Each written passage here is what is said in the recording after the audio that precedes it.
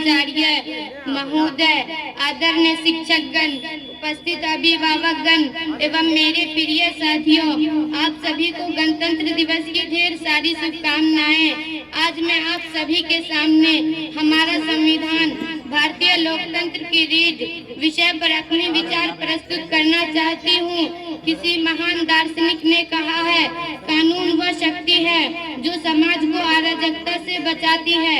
भारत के संदर्भ में यह शक्ति है हमारा संविधान। हमारा संविधान भारत देश का सर्वोच्च कानून है।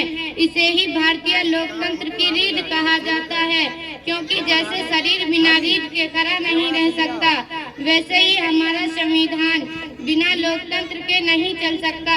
संविधान हमें बताता है कि हमारा देश कैसे चलेगा, सरकार कैसे काम करेगी और नागरिकों के अधिकार और कर्तव्य क्या होंगे।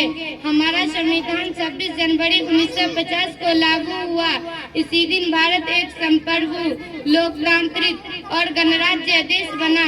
संविधान ने यह स्पष्ट किया कि भारत में सत्ता किसी राजा या शासक के हाथ में नहीं, बल्कि जनता के हाथ में है। यही लोकतंत्र की सबसे बड़ी ताकत है। हमारा संविधान मौलिक अधिकार भी देता है, जैसे समानता का अधिकार, स्वतंत्रता का अधिकार, धर्म की स्वतंत्रता का अधिकार, शिक्षा का अधिकार। यह अधिकार हमें सम्मान के साथ जीने की शक्ति देता है तथा अन्याय से हमारी रक्षा करती है। संविधान यह सुनिश्चित करता है कि कोई भी नागरिक कानून से ऊपर नहीं है। संविधान केवल अधिकार ही नहीं, बल्कि मौलिक कर्तव्य की भी याद दिलाता है, जैसे राष्ट्रीय ध्वज और राष्ट्रीय गान का सम्मान करना, सार्वजनिक संपत्ति की रक्षा करना, देश की एकता और अखंडता बनाए रखना तथा पर्यावरण की सुरक्षा करना। जब नागरिक अपने कर्तव्य का पालन करते हैं, तभी लोकतंत्र मजबूत बनता है। संविधान निर्माता डॉक्टर भीमराव अंबेडकर ने कहा था, संविधान कितना ही अच्छा क्यों न हो, यदि उसे लागू करने वाले लोग अच्छे नहीं होंगे तो वह असफल हो जाएगा।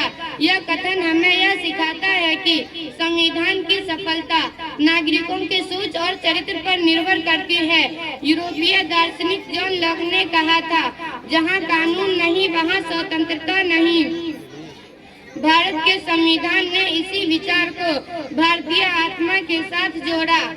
हमारे संविधान की सबसे बड़ी विशेषता यह है कि यह सभी नागरिकों को समान मानता है, चाहे कोई अमीर हो या गरीब, पुरुष हो या महिला, सभी के लिए कानून एक समान है। यही समानता लोकतंत्र की सच्ची ताकत है। भारतीय संविधान समय के साथ बदलने की अनुमति भी देता है। आवश्यकता अनुसार इसमें संशोधन किए जा सकते हैं, जिससे यह आज के समय के अनुसार उपयोगी बना रहता है। यही कारण है कि हमारा लोकतंत्र लगातार आगे बढ़ रहा है। हमारा संविधान केवल एक दस्तावेज नहीं है, बल्कि यह भारत की आत्मा है। इसमें हमारे स्वतंत्रता सेनानियों के सपनों, संघर्षों और बलिदानों की झलक मिलती है। महात्मा गांधी, पंडित जवाहरलाल नेहरू, सरदार वल्लभ भाई पटेल, मौलाना अबुल कलाम आजाद जैसे महान नेताओं ने जिस भारत की कल्पना की थी, हमारा संविधान उसी भारत को साकार करने की मार्ग दिखाता है। भारत की प्रस्तावना हमें न्याय, समानता, स्वतंत्रता और बंधुत्व की संदेश देती है। यह केवल शब्द नहीं है, बल्कि हर भारतीय के जीवन के मूल मूल्य है। जब देश का कोई नागरिक न्याय पाता है और जब सबको अपने विचार व्यक्त करने की स्वतंत्रता मिलती है और जब सबको समान अवसर मिलता है और जब समाज में भाईचारा बना रहता है, तभी संविधान हमारे सामने जीवंत रूप में आता है।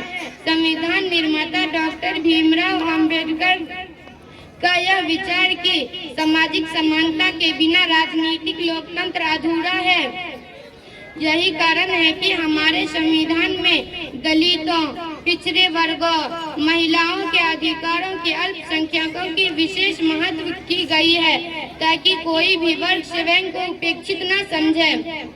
हमारा संविधान शिक्षा को भी विशेष महत्व दिया है, क्योंकि शिक्षित नागरिक ही एक मजबूत लोकतंत्र की नींव रखते हैं।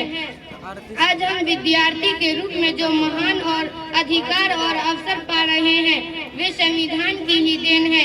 इसीलिए हमारा कर्तव्य है कि हम अपने देश का पालन करें, अनुशासन का पालन करें, सत्य और अहिंसा के मार्ग पर चले तथा देश के प्रगति में अपना योगदान दे। आइए हम सब मिलकर यह संकल्प लें, कानून की पालन करेंगे। जय हिंद, जय भारत, जय संविधान, जय लोकतंत्र।